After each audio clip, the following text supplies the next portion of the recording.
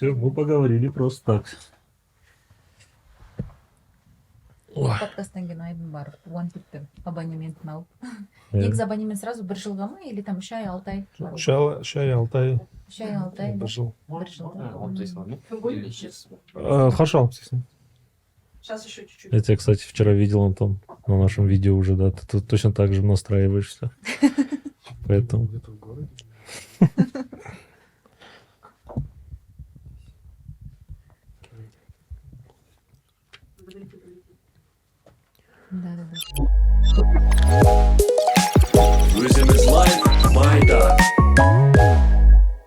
Всем привет, меня зовут Айден, я являюсь операционным директором компании Дартех и соведущим Узимис Life. Меня зовут Оскар Акшабаев, я являюсь кофаундером компании OneFit и техническим директором, также являюсь профессором КБТУ. Сәлем, менің атым Мейір. OneFit компаниясының негізін қалаушылардың бірі болып табылам. Компанияда операциялық процестерге жауап берем. Және содан қатар компанияның жаңа нарықтарға шығу, соның процестеріне де жауаптымын. Баршаңызға сәлем. Менің есімім Зарина. Мен біздің Дар компаниясының PR менеджермін және осы Узимис Life подкастының со жүргізушісімін. Қош келдіңіздер. Рахмет. Сұрақтан бастасақ, қазіргі таңда жалпы OneFit туралы енді біз білеміз, естіп жатырмыз. Сіздер Азербайжанға жақында ғана шықтыңыздар, қыркүйектің басында. Сол туралы айтып берсеңіздер, қалай болып жатыр, қандай қызықты оқиғалар, қандай қызықты жағдайлар, жалпы нарық қалай қабылдап жатыр? Мейір. Нарыққа жауап беретін Мейір бізде. Енді компанияда біз топ-менеджерлардың арасында әр адамның өзінің зона ответственности дейміз ғой, сондайды тағайындап қойдық. И осы жерде нарыққа шығуда менің зонам ол біздің компанияның басталуына дейін. Былайша айтқан кезде, мысалы біз Бакуға шықсақ, сол кезде бірінші сатылымға дейін десе де болады. Одан кейін мен ол компанияны былайша айтқан кезде холдингқа тапсырамын. И ары қарай холдинг өзі жүргізу керек. Сатылуын, жаңа партнерлардың қосылуын, тағы. Енді осы жағдайда мен тек қана сол 4-ші қыркүйек күні бізде запуск болды. Соған дейінгі болған заттарға жауап берілем. Қазір білетін бойынша, жалпы біз жақсы келе жатырық. Осыған дейін бізде жақсы кейстардың бір Өзбекстан болған, Ташкент қаласында 2022 жылы біз сол нарыққа шыққанбыз. И былайша айтқан кезде сол Өзбекстандағы успешный кейс дейміз ғой, соны қайталауға тырысып жатырық. И былайша айтқан кезде соны қайталай алатындай жағдайдамыз десек те болады. Нарық қалай қабылдады дегенге бір жерде қызық бір айта кететін жағдай бар. Жалпы Азербайжан мемлекетінде біздің конкурент бар. Push 30 деп аталады. Ол жаңағы өздерінің локальный компания, стартап. Олар тура біз сияқты залдармен жұмыс істейді, бірақ олар көбінесе B2B-ға негізделген. То есть олар жаңағы корпоративный секторды қосуға тырысады. И бұл жерде бізге бір плюс болғаны, халыққа және залдарға түсіндіру оңай болды. Өйткені бізге дейін Push 30 ол туралы айтып кетті, и біз келдік айттық, біз Push 30 сияқтымыз, бірақ біз Қазақстаннан келіп отырық, и кішкене біз оларға қарағанда жақсырақ біз кейбір жерлерде деген сияқты. И сол үшін мысалы жаңағы фитнес залдарды қосқан кезде олар оңайырақ түсініп, сол жағынан кішкене бізге оңай болды. Бірақ бұл нәрсенің екінші жағы да бар. Өйткені адамдар бір нәрсеге үйреніп алса, ол одан алып шығу оларды қиындау болады. Сол үшін залдарда, кейбір залдарда бізге әлі қосылмай жатыр, өйткені олар пушпен жұмыс істегеннен кейін пока бізге келгілері жоқ. И адамдар да кішкене таңдап жүрді. Пушта ма или бізде ме? То есть былайша айтқан кезде сондай бір жағдайдамыз. Олар қанша болды Азербайжанда істеп жатқандарына? Білімше 19-дан бастап жасап жатыр. Негізі бұл жерде тағы да бір қызық нәрсе бар, айта кететін. Біз Азербайжанға барған кезде, Баку қаласында, біз конкуренттерге напрямую барып, былайша айтқан кезде кездесек дедік. Олар кішкене шоке болып қалды. Типа біз енді жекпе-жек па? Иә, конкурентпіз ғой. Екі кездесу болды. Екінші кездесуде олар айтады: "Не, жігіттер, респект, сендер қорықпай біздің алдымызға келіп, типа сөйлескендеріңе типа рахмет" деген сияқты. Өйткені, кейбіреулер там тыныш кіреді, сөйтеді, там кейбір, жағымсыз заттар жасай бастауы мүмкін, а сендер как есть келіп айтып, осылай. И біз олармен сөйлескен кезде рынокты бөлеміз деп шештік. То есть олар өздерінің сегменті бар, біздің өзіміздің сегменті бар. Бірақ ол жігіттердің Push 30-дан басқа, тағы да басқа да бизнестары бар екен. То есть Бакуде, жаңа Азербайжанда бір мектептері бар, Landau School ғой, мне кажется. Одан бөлек инкубаторлары бар ма? В общем, біраз басқа да бизнестары бар екен. Қалаушылары өздері Азербайжаннан. Иә. Ал нақты мысалы халық қалай қабылдады? Халық бізде бірінші күннен бастап уже продажалар болды. 4-5 продажа болды. Деймін, Ташкентте, Бишкекте запуск еткенде бірінші күндер, по-моему, болған жоқ, 4-ші күннен бастап. Өзбекстан мен Қырғызстанда уже опыт болды. Запусктың техникалық жағынан, там продажа жағынан бәрін қойып, бірінші күннен бастап уже 4-5 сатылымдар болды. Ал жалпы Азербайжан бойынша жаңағы KPI дейді ғой, қандай? Өздеріңіз белгілеп отырған, өздеріңіз үшін стратегияда? Жылдың аяғына шейін айына $200,000, по-моему, ошибаться мен $200,000 айына сондай неге шығу, ревенюға. Сондай цель қойып жатырмыз. Қазір 4 сентябрьде запуск жасадық, енді ғана бір ай болды. Қазір жайлап көреміз. Статистика бәрін жинап жатырмыз, данныйларын бәрін анализировать етіп жатырмыз. Негізі Бакудан да басқа қалаларға шығасыңдар ма? Или пока только Баку ма? Азербайжанда ма? Иә. Енді біз стратегия бойынша үлкен қалаларға шығуға тырысамыз. То есть, мысалы, Өзбекстанда Ташкентке шықтық, Қырғызстанда Бишкекке, Азербайжанда Бакуға. Ал ары қарай, егер Ташкентте, мысалы, Бакуде біз уже аяққа тұрып жатсақ, сол локальный команда, жаңағы былайша айтқан кезде орталық Азияға жауап беретін команда дейік, солар өздері шешеді. То есть, мысалы, біз Қазақстанда 18-ден бері бастадық, бірақ осы биыл ғана біз басқа қалаларға шыға бастадық. То есть, ол шығудың да өзінің бір уақыты, жоспары болу керек деп ойлаймын. Өйткені top of mind дейміз ғой.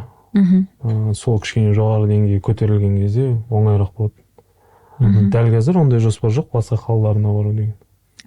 Неліктен Азербайжан? Асқар, қалай ойлайсың? Мейір неге жаңа нарықтар ашуға жауап береді ғой. Басында бір критериялар не істедік. Қазақстанда жүрген, Қазақстанға ұқсас, Алматыға, Астанаға ұқсайтын қалаларды бірінші странан, потом оның ішіндегі қалаларды таңдап, критерия бойынша не істедік, сортировать еттік. Сол кезде бірінші Азербайжан топқа шықты, біздің критерия бойынша. Сосын уже дальше Турция, Юго-Восточная Азия и так далее. Сол үшін бірінші Бакуға шықтық. Бұл жерде қоса кететін нәрсе, ол былайша айтқан кезде Азербайжан СНГ елдерінің ішіндегі соңғы мемлекет десе де болады. Өйткені ары қарай уже басқа, то есть былайша айтқан кезде біздің менталитетке сай шығуға оңай болатын факторлардың бірі жаңағы тіл дейміз ғой. Ол жерде де орыс тілінде сөйлейтіндер көп. Сол жағынан Баку, жаңағы Азербайжан соңғы мемлекеттердің бірі болды да, и оңай болады деп біз бірінші Азербайжанға шығайық деп шештік. Жалпы енді мысалы сіздерде жаңағы орталық Азия дейміз, Азербайжан, жалпы біздің менталитетке, біздің тарихи тұрғыдан алып қараған кезде ұқсас елдеріміз ғой енді. Сәтті шығып жатыр. Бұның алдында жылдың басында сіздер Лондонға барып қайттыңыздар, және Лондон туралы Forbes-та да жазды, көптеген бұқаралық ақпарат құралдарында ол туралы айтылды. Сол қалай болды? Мейір, сіз 3 ай тұрдыңыз, Лондонда? 3 айға жуық. Зерттеп, өзіңіз қарап, біз Қараша айында Европаға барып келдік. Және сол айда біз Лиссабонда болған Web Summit деген үлкен жиынға қатыстық, конференцияға. И сол кезде жинаған бүкіл ақпараттарға сәйкес Лондон нарығына шығамыз деп шешкен болатынбыз. Сол шешімнен кейін уже осы жылдың қаңтар айында Лондонға кеттік, мини команда болып. И ол жерде біз запуск болды бізде. Былайша айтқан кезде кәдімгі запуск болып, алғашқы абоненттер сатылып, залдарды қостық. Былайша айтқан кезде 70 шақты локация болды бізде. 100-ге уже келісімдер беріп қойғандар бар еді, 100 десе де болады. И наурыздың соңында уже мен қайтып келдім. Екі айдан ұзақ уақытта Лондонда болдым десе де болады. Вообще, вот когда вы в Лондон прилетели, у вас до этого был какой-то план, да, там, как вы будете заходить? Ну, у вас уже был опыт в Казахстане до этого, да? Или он же только в Казахстане был? Вы же второй страной только в Лондон, да, сразу пошли? Нет. Кроме Центральной Азии. Сперва Узбекистан. Узбекистан? Ну, вот Кыргызстан. Узбекистан, да, но они все как бы похожи, да, по менталитету к нам. И у вас был какой-то план. И по приезду что было такого, что вы вот не ожидали? У нас в основном почти все отличалось, начиная от бизнес-модели. Даже мы название поменяли. Мы там как Healthy запустились. Не как OneFit, а как Healthy. Просто Healthy. Да, Healthy через S. Так как Healthy, но через букву S. В принципе, Healthy тоже. был занят, да, походу? Нет, мы несколько вариантов просто перебирали. И Healthy нам понравилось. Ресерч провели среди прохожих, там спрашивали, они тоже ассоциировали со здоровьем, в принципе, с фитнесом. И там бизнес-модель немного другая была. То есть, если здесь, допустим, люди на год берут, там в рассрочку берут, там бизнес-модель такая, что они каждый месяц покупают. То есть, на подписку садятся и покупают. И когда мы стратсессию проводили, нам нужно было 2 стратегии, получается, сделать. Один для Центральной Азии, один для Лондона и дальнейших этих. И Healthy как стартап внутри стартапа уже был. И мы не хотели расфокус делать. То есть у нас должна быть одна стратегия, одна бизнес-модель, которая масштабируется. Ну, то есть если мы там 2 стратегии делали бы, то это очень сложно было бы там масштабировать и так далее. До, там, не знаю, 2021 года в венчурном было так, что, допустим, если вы в развивающих странах показываете какой-то трекшн, то ваша оценка резко растет. И за то, что мы, допустим, находились в Казахстане, нам очень большой дискаунт давали. Ну, то есть оценка у нас меньше была, ниже. А если мы какой-то трекшн показали бы в Лондоне, то, скорее всего, оценка повысилась бы.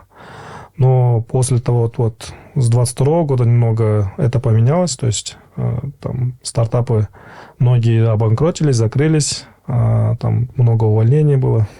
И венчурные фонды, они смотрели уже на другие показатели. Ну, то есть на прибыльность, да, и так далее. И если мы дальше в Лондоне продолжали бы, то это большой риск был бы, да, то есть мы могли бы, допустим, потратить большую сумму, и если там ничего не получится, то все, да. А здесь мы на полученные инвестиции можем там запуститься в 5 странах там уже с основной бизнес-моделью, не разрываться там на 2 стратегии, на 2 стартапа, да, core-проект, core-бизнес масштабировать на другие страны. А сколько вы потратили за этот период? От 100 до 150 тысяч долларов, по-моему, да, потратили? Если можно. А на Узбекистан сколько потратили? На Узбекистан определенные бюджеты были. Вот я не помню. Өзбекстанда, бізде Өзбекстан мен Қырғызстанға шыққан кезде компанияны бастауға, ол жерде нарықта ондай көп ақша кеткен жоқ. То есть бізде бір 10-20 мың доллар кеткен шығар бастау үшін. А компанияны операционный окупаемостьқа шығаруға дейін 150-200 мың доллардай ғана кетті. Сонда сіздің Англиядағы бір 3-4 ай бүкіл Өзбекстанның несін ақтап отыр, иә? То есть Өзбекстан жаңағы суммадан кейін олар уже Плюс қашықты, Плюс плюс қашықтық. олар Өздері. өздерінің айлықтарын өздері төлей алатын болды. То есть Мгм. бүкіл операционный расходтарын өздері жауып алатын болды. Мгм. әлі де қазір Өзбекстанда барсыздар ғой негізі. иә Өзбекстанда өте Тек жақсы Ташкентте ма, өсіп басқа жатырмыз. қалаға да? Пока Ташкент. Мм. Ташкентте жақсы өсіп жатырмыз қазір. Мгм. Ай сайын рост бізде бар. Мгм. Енді Ташкент қаласы халқы жағынан Алматыдан бірнеше, 2 есе үлкен десе болады. Мгм. Официально. Неофициально мүмкін 3 есе де үлкен шығар. Енді ол жағынан алып қарасақ, перспективасы өте жоғары Ташкент Мгм. қаласын. То есть болашақта мүмкін жаңағы ревеню жағынан Алматыдан озып кетуі мүмкін. Қазір енді Қазір Алматы бірінші жақындап орында. қалды. Жақындап Алматы қалды. бірінші орында, Алматы иә? бірінші, Алматы сосын орында. Ташкент екінші орынға шықты. Ташкент осы жақын арада екінші орын. Екінші орынға шықты. Мгм. Астана ш? Астана сол 3-те қойдым. 3-те или 3-ші или 4-ші орын. Мгм. 3-ші орын кажется, иә. Егер Негізі қала Астана. қала бойынша қарасақ.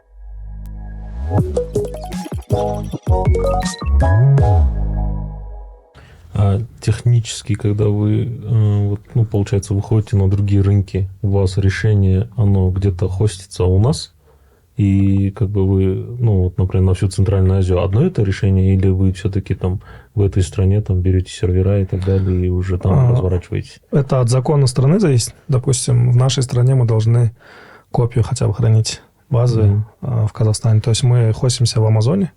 Все эти сервера находятся в Амазоне, в AWS, AWS, а копию мы храним на казахстанских дата-центрах, в узбекистанских, в Киргизии и так далее. То есть в каждой стране есть сервер, где мы делаем бэкап, и да, чтобы соответствовать закону, получается. Там в основном чувствительные данные, правильно? Да, персональные И данные пользователей. Ты имеешь их право, получается, за границей хранить, но ты должен держать копию. Либо ты должен там в шифрованном виде хранить, а здесь... Там... Нет, трансграничную передачу можно делать, насколько я знаю. И плюс должны данные храниться на казахстанских серверах. Мгм. А так все крутится у нас на AWS. А с каждым разом вы, получается, просто мощности добавляете, да, в AWS? Когда новая страна уже подключается. Да, у нас для каждой страны отдельная база создается, чтобы легче было, да? То есть какие-то данные вытаскивать, чтобы они не пересекались и так далее. И да, мощности просто добавляется. Угу. А были какие-нибудь случаи, где вы уперлись там мощности и так далее? Там где-то, может быть, когда уже клиенты начали обращаться, что ничего не работает? Нет, таких кейсов не было. У нас не сильный хайлоуд, у нас, допустим, в Казахстане 60 тысяч пользователей, да? А у кого есть этот абонемент, получается. У нас не сильный хайлоуда как такового нет.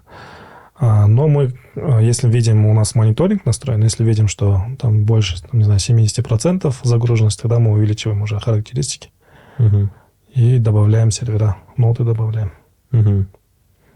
А это тоже, да, какой-то критерий входит, когда вы выбираете страну, что там, например, условно, там AWS не представлен там в этой стране или еще что-нибудь, это как-то влияет на выбор страны или... Нет, это не влияет. Business first, да? Да, business first у нас. А потом вы технически уже подстраиваетесь под все это. Насколько это повлияло, допустим, на вашу работу в России, на ваше масштабирование в России? То, что вы пользовались в целом AWS. Вообще про Россию интересно, потому что вы там почти год проработали, да, и потом закрыли проект. Тоже про это, если расскажете, что было, как было, и были ли уже такие игроки про это? Если с технической стороны брать, то мы также хостились в AWS. Просто бэкап тоже делали на Яндекс.Клауд в Россию, чтобы тоже по законодательству там проходить. Мы проработали там 7 месяцев, мы запускались в Санкт-Петербурге. И, в принципе, у нас все хорошо шло. Работали, но в феврале, получается, 22 года, когда война началась, мы решили выйти полностью, закрыли офис и полностью закрыли юридическое лицо. Это вы сделали в один день или вы к этому пришли как-то стратегически? Решение было на следующий день, насколько я помню, да?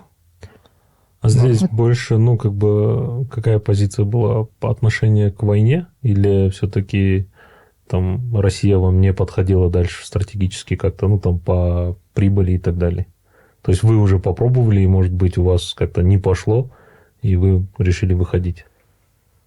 Бұл жерде енді мен былай айта аламын. Біріншіден ол позиция, екіншіден ол бизнес жағынан да тиімсіз болды. Неге? Өйткені Ресейге қатысты санкциялар пайда бола бастады. Сұрақ туындайды, егер сенің портфеліңде Россия болса, ертеңгі күні саған шетел инвесторлар кіре ме? Скорее всего, кірмеуі мүмкін. Өйткені наоборот, шетелдің компаниялар Ресейден қаша бастады.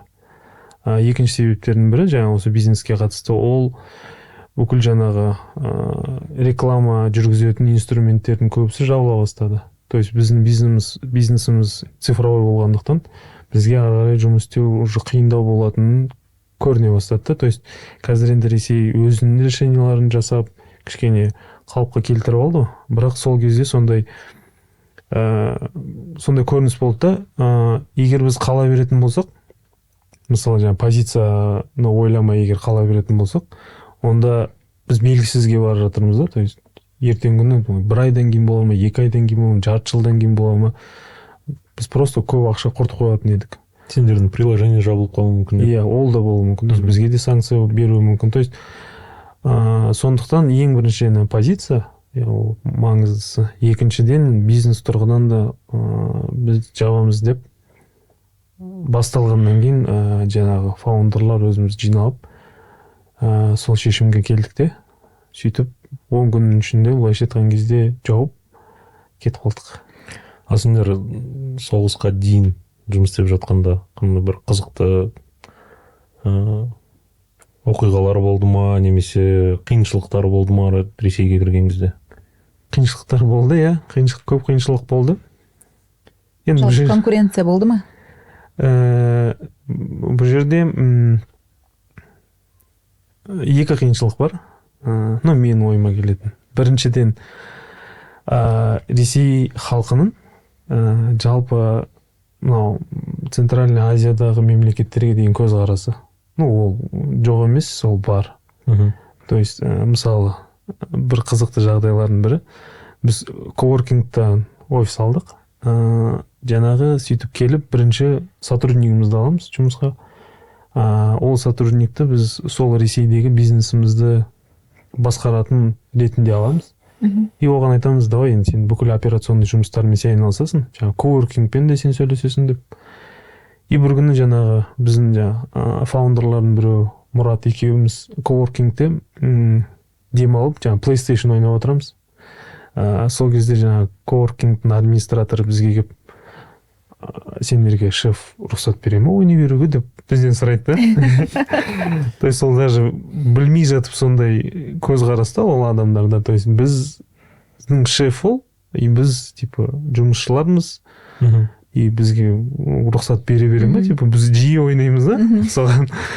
То есть сондай көзқарас ол бірінші қиыншылық. Өйткені айта кететін нәрсенің бірі, басында біз барған кезде біз ұзақ уақыт квартира арендаға аламадық.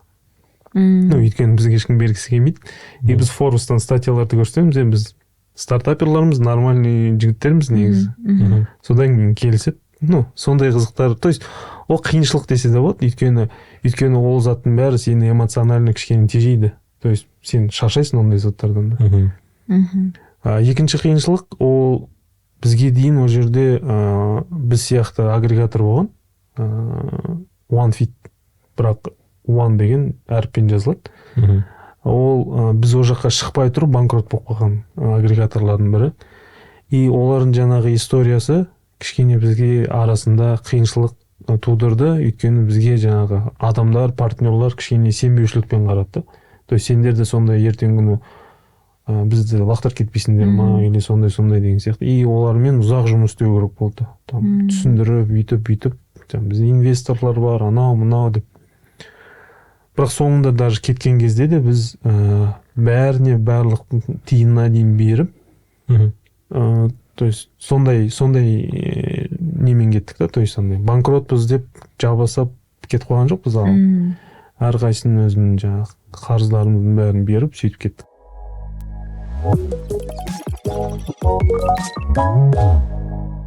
Кстати, Оскар, а технически другую страну подключить сколько времени сейчас занимает? Нет, сейчас это очень быстро. Несколько этих критерий есть. Это провайдеров найти, СМС-провайдеров, потом есть интеграция с банками и перевод. Вот основные вещи, которые... Ну и плюс вот там фискализацию мы должны делать, с ОФД подключаться с интеграторами.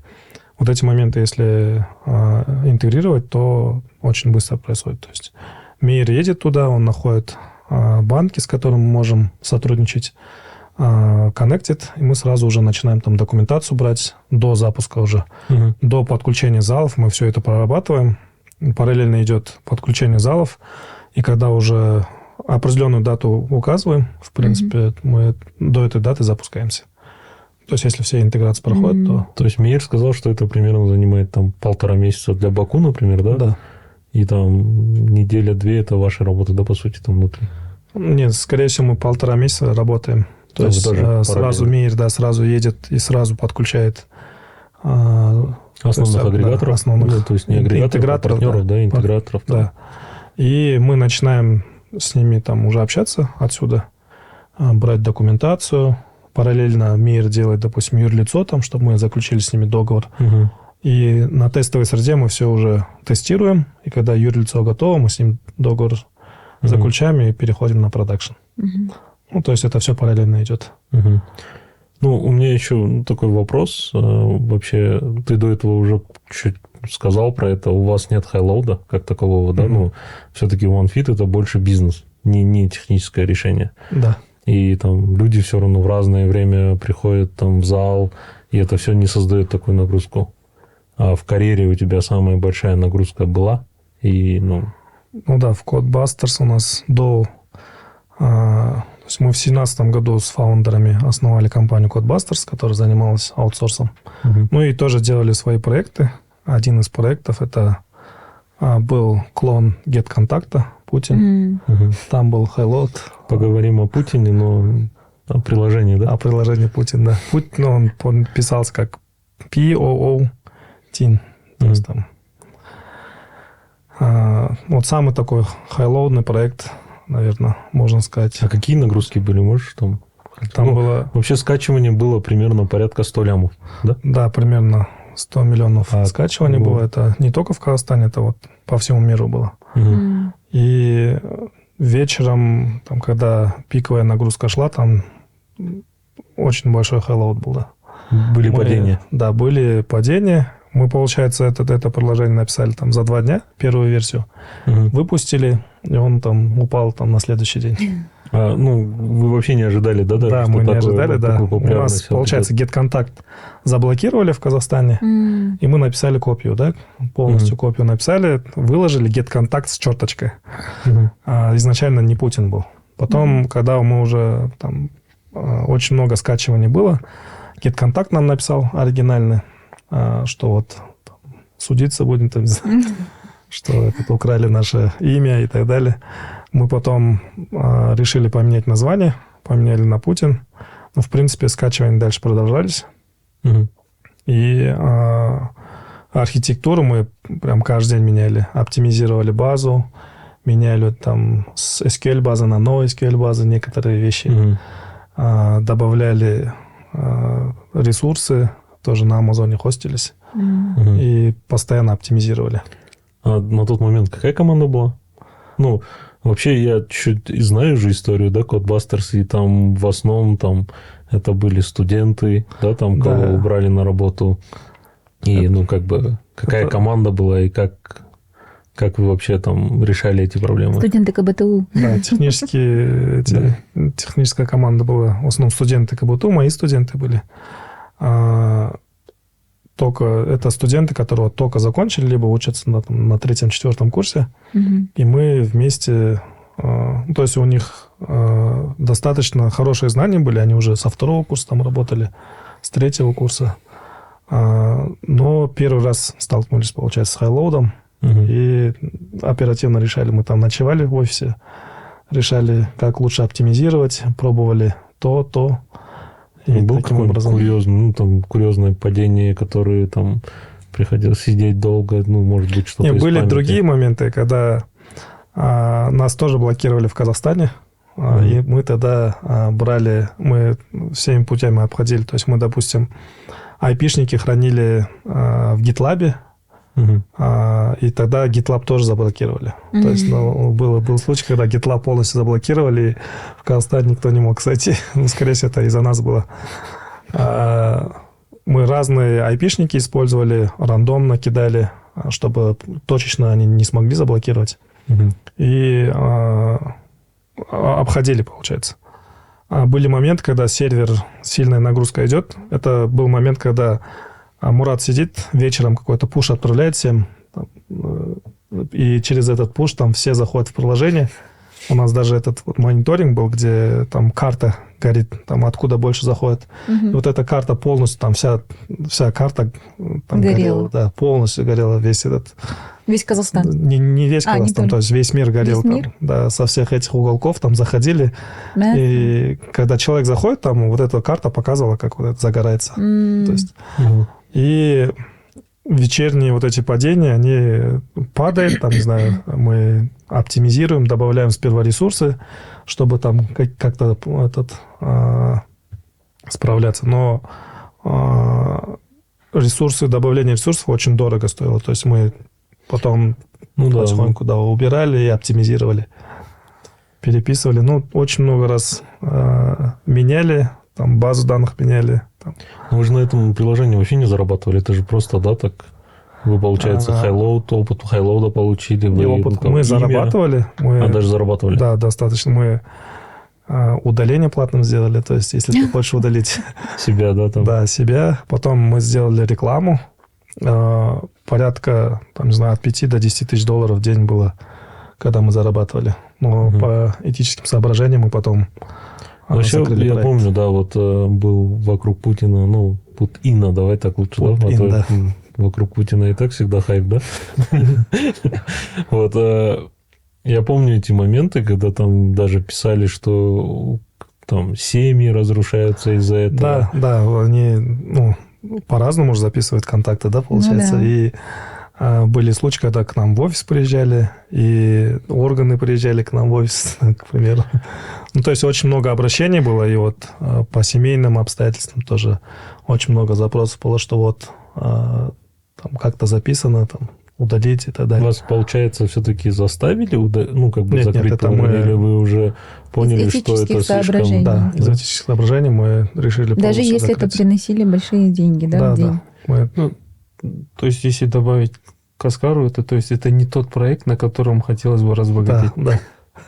Не, ну, на самом деле, если бы вот таких проблем с семьями и так далее не было, ну, почему нет, да, условно? Ну, да, возможно. Да. Мне кажется, с семьями будут большие проблемы. И очень много, прям Да, каждый да. день мы разбирали такие кейсы, очень много звонков было, в офис приезжали, чтобы мы удаляли эти данные. А как вы пришли к OneFit в итоге? А к Ну, OneFit, это достаточно успешный проект сейчас в Казахстане, который масштабируется на мир. в 2018 году у нас был крупный клиент. В апреле где-то, в апреле месяце мы... Этот клиент, получается, отказался от заказа, и у нас освободились ресурсы, большие ресурсы, и мы куда-то должны были там направить эти ресурсы, то есть разработчиков. И разные идеи смотрели. Вот Мурату пришла идея делать OneFit. Даже вот название мы придумывали, мы смотрели. В России OneFit было, из-за этого мы сделали один, добавили цифру 1 и Fit. Ну, вы, получается, по сути, кто-то этим приложением уже попользовался и решили, что давайте сделаем такое для Казахстана, да? Или Нет, это мы прям с просто нуля идея появилась? С нуля идея появилась, но мы смотрели другие эти успешные стартапы. Вот ClassPass тогда уже существовал. FitMost, по-моему, в России работал. И они достаточно успешные были. Ну, то есть вот ClassPass тогда уже был, по-моему, единорогом, да, если не ошибаюсь, в 2018 году. Не помню, но они большие. Да, большие были. Очень Ну, большие. и в Казахстане такого не было, и мы решили попробовать. А сколько было первое вложение, если это в сумме разобрать? В сумме, не знаю, это, наверное, можно 6 разработчиков мы отдельную команду выделили. Но это мы не сразу, у нас как pet project же это был. То есть мы делали research, мы опрашивали людей, там нужно, не нужно. Потом мы внутри Codebusters делили ресурсы, да, то есть если кто-то свободен, там делает OneFit, потому что OneFit еще там не приносил никакой прибыли. Потом в июле месяце мы официально запустили туда 100 КБТУшников, тестировщиков, которые ходили в залы. Оскар преподает в КБТУ. Да. Никакого давления. И вот они экзамены өткізбеймін, иә? Бесплатно, получается. Ну, им же профит. Бесплатно получили абонементы и ходили в разные залы, чтобы тестировать. И в ноябре, по-моему, 2018 года мы выделили, или это чуть раньше было? Да, тогда было. Мы выделили отдельную команду, которая занимается чисто OneFit. В 2019 году, в декабре, я с Codebusters перешел в OneFit. Некоторые, Мурат был, да, Абзал, я занимались OneFit, Мир еще с Миреем занимались Codebusters. Далее, в 2021 году, в 2020 году в конце мы решили, что фокус переносим полностью на OneFit, Codebusters закрываем, так что, аутсорс мы решили полностью закрыть и сфокусироваться на OneFit. А можно чуть-чуть вот про Codebusters, я помню, там были тяжелые времена, да, когда там проектов не было, там, я понимаю, что у тебя за спиной как бы армия студентов, да, основная у нас, да, основные сотрудники, так скажем, и, вот про эти моменты, что вас, так скажем, что вами двигало, да, вы там не останавливались, сейчас вас все знают как там OneFit, как успешная компания, которая там уже в другие страны выходит и так далее.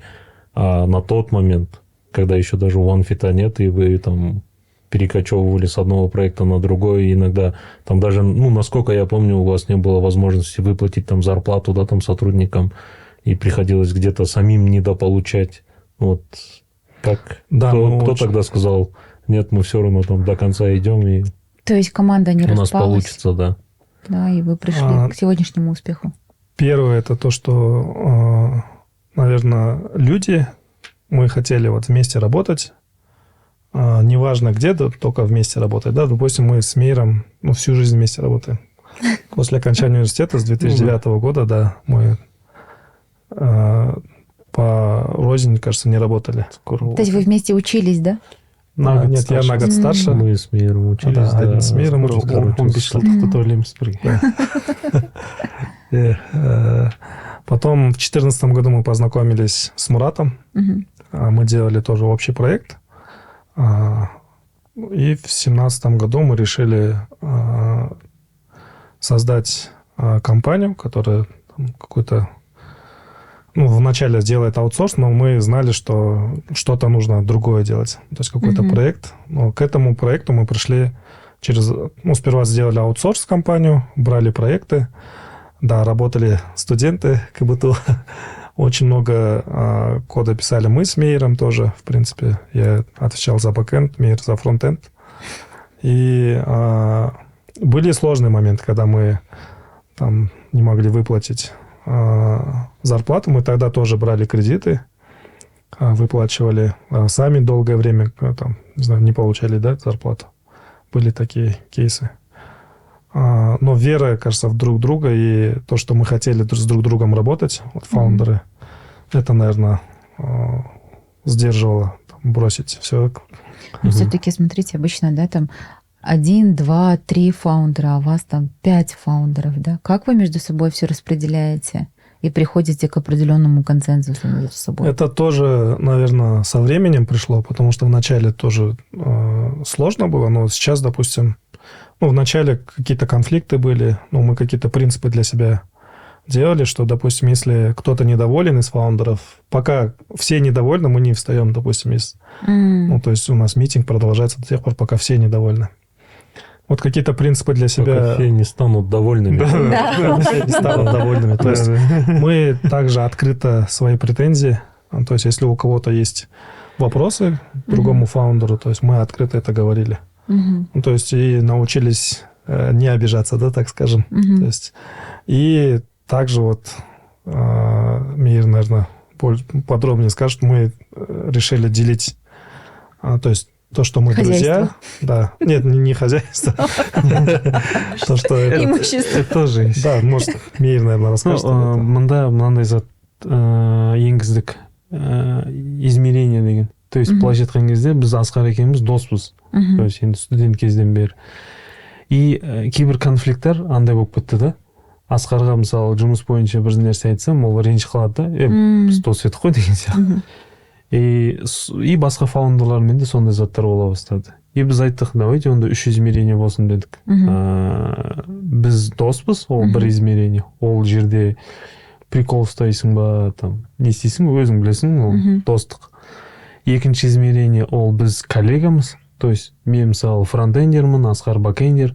То есть әрқайсысы өз жұмысын. Иә, фронтендке бэкендтің коды ұнамаса, мен айтамын да, дұрыстап жасаңдаршы деген сияқты. Нет, бастығымыз бар, допустим, SEO, да, к примеру. Андай. Ол жерде тоже достық жоқ. Диктор шешетін. К примеру. Үшінші измерение біз фаундермыз. То есть ол измерениеде біз жиналамыз да, компанияны жабамыз ба, жаппаймыз ба, қайда жүреміз, ондай заттарды ол измерениеде шешеміз. И соны енгізгеннен кейін, ол былай енгізілген жоқ енді.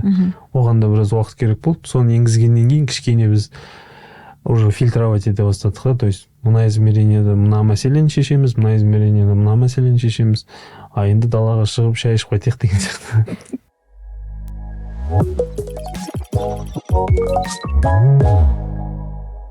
Ну, блин, тут столько вопросов вообще, да, если так посмотреть. Ну, мне, например, там даже интересно, как Мейер, будучи... Я Мейера всю жизнь знал как разработчика, да?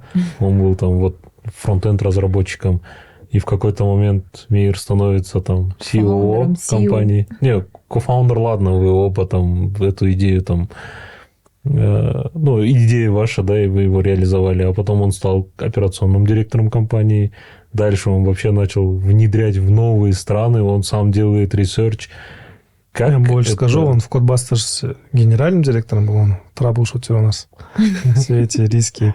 Ну, у него очень хорошо это получается. То есть, когда мы разделили Codebusters OneFit, а Мурат полностью ушел в OneFit, и кто-то должен был возглавлять Codebusters, Мейер стал генеральным директором. И Codebusters закрылся. Да. И тогда он достаточно хорошую прибыль показывал. То есть, когда Мейер, который просчитывает все риски, с проектами хорошо было, там с зарплатами проблем не было. Ну, как ты это вообще воспринимаешь, Мейер? Ты это типа, знаешь, безысходность? Мне кому-то надо это взять на себя? Или все-таки ты всю жизнь хотел и как бы, ну, сам перешел осознанно к этому? Иә, түсіндім. Я бұл жерде, наверное, бір жерден оққан мен. Егер сені SEO қылып тағайындаса, ол оны сен андай, как сказать, бір мүмкіндік ретінде қарауың керек та. То есть ол сен андай қаламай жасамауың керек, ал сен оны алып, ответственностьті сезініп, и сен перестроиться етуің керек та, былайша айтқан кезде. И мен оған солай қарадым да. То есть маған негізінде әрқашан бір жаңа затты үйренген ұнайтын. То есть там даже фронтендте жүрген кезде бір кейстердің бірі, енді офф-топ, бір проект келеді, Асқар айтады, мына проект ангулярда жазу керек дейді. Мен ангулярды білмеймін. Енді шығып атқан кез ғой. Асқар айтады, ангулярда жазыласың ба? Иә, жазылам. Заказчиктермен сөйлесеміз, сен ангулярда жазасың ба? Иә, жазам. И мен 2 аптаның ішінде ангуляр үйреніп, ана проектін жазып тастадық, и ол проект, кажется, әлі де жұмыс істеп жатыр. Ну, потом бірнеше рет переписать еттік, ну, ол уже басқа история. Иә, сол сияқты маған әрқашан бір жаңа зат үйренген ұнайтын. И бұған да мен сондай қарадым да, что, ну, егер маған балдар сеніп, ол кезде андай болып қалды да, енді 4-еуі против 1-го болып қалды да, и пришлось.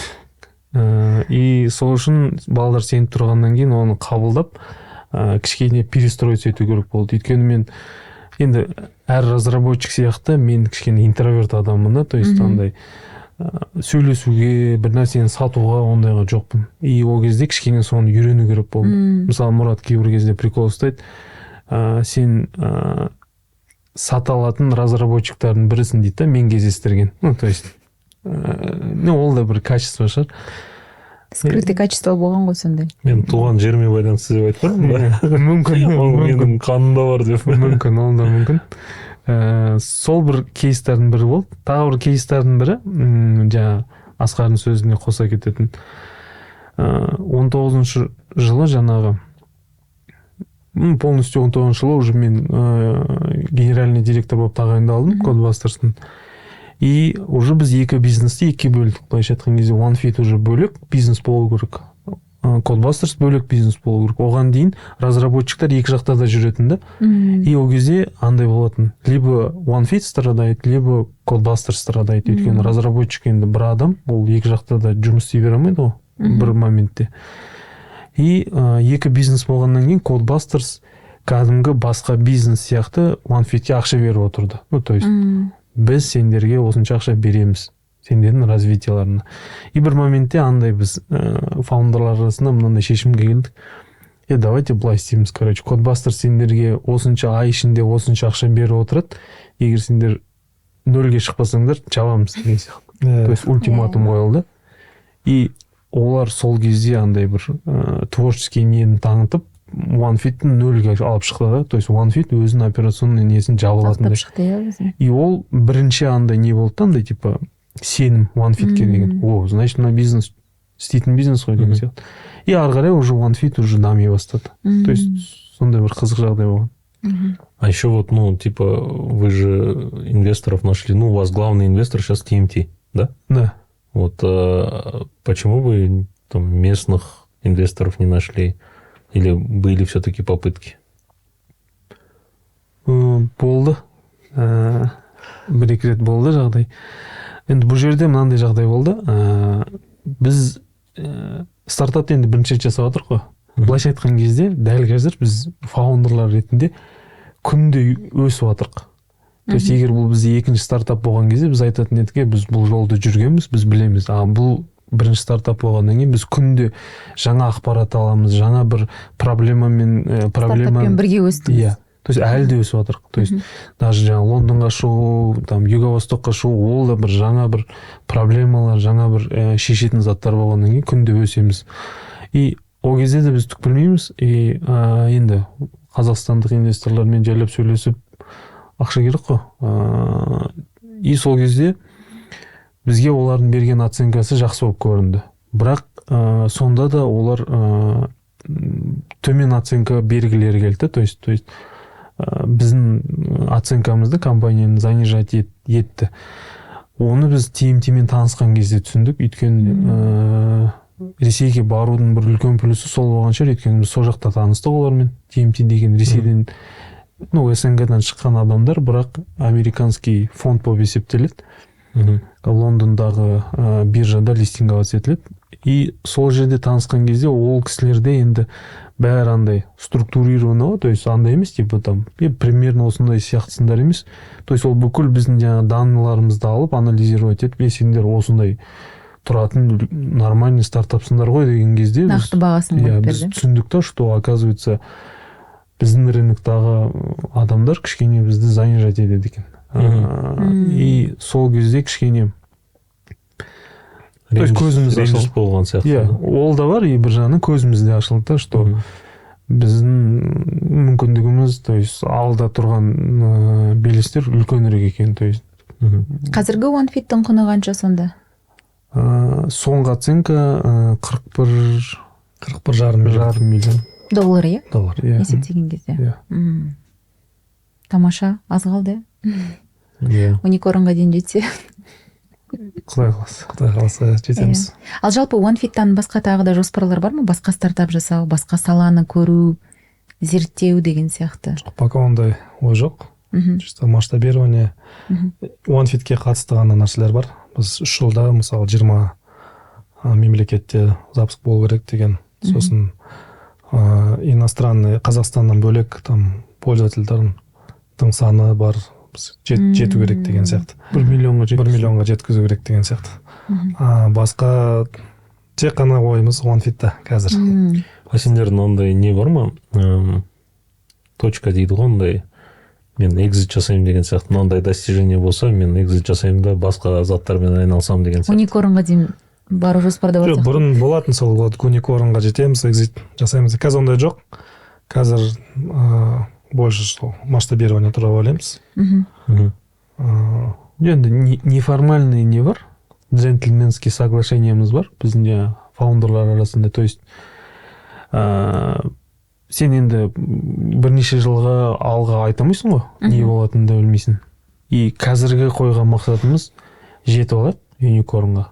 Соған дейін біргеміз, одан кейін көре жатармыз.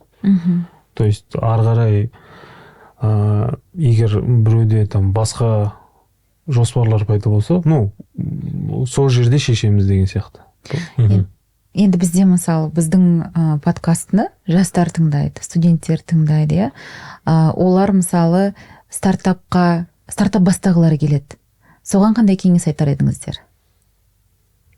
Стартапқа барып жұмыс жасау керек. Бірінші, мен ойым, опыт набираться. Дух стартапа деп стартапқа барып деп па. Өйткені біз өте көп стартап жасадық. Мейірмен 2009-дан OneFitқа дейін бәрі не істеді. Неудачный болды. Ол бірақ опыт болды. Опыт болды. Ең басында 2009-да команда өте мықты болды. Бірақ бізде сата алатын адам болған жоқ, допустим. Бәрі технарь, бәрі интроверт. Опыт жоқ. Финансовый жағынан да опыт жоқ, допустим, оценка нелерін. 2014-те біз Мұратпен таныстық. Мұрат ол жағынан профессионал. Аналитика жағынан, финанс жағынан, сату жағынан, сөйлесу жағынан бәрден. Біз технический жағынан. Сон өзіне, наверное, жақсы кофаундерлар табу керек. Бір адамға өте қиын сияқты жасау. Даже екі адамға өте қиын сияқты. Опыт алып, бірінші бір стартаптарда жақсы развиваться етіп атқан. Сосын жақсы партнерлар тауып, солармен бірге жасауға болады. Ең бастысы тәжірибе. Тәжірибе деп ойлаймын. Тәжірибе дейсіз ғой. Әр неудача ол опыт қой. То есть бір нәрсе жасап көрдік, провалилось, там ол опыт. Опыт жинайсың, келесі рет кішкене басқашалап жасайсың.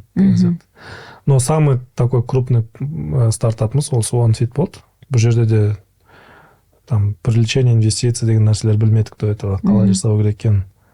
Там қазір, допустим, ол үйрене келе, мысалы біз қазір инвесторлардың бір списоктары бар бізде, соларда апдейт жасап тұрамыз. Олар бізге, допустим, инвестор болмаса да, на будущее қарап, маңызды апдейт дейді.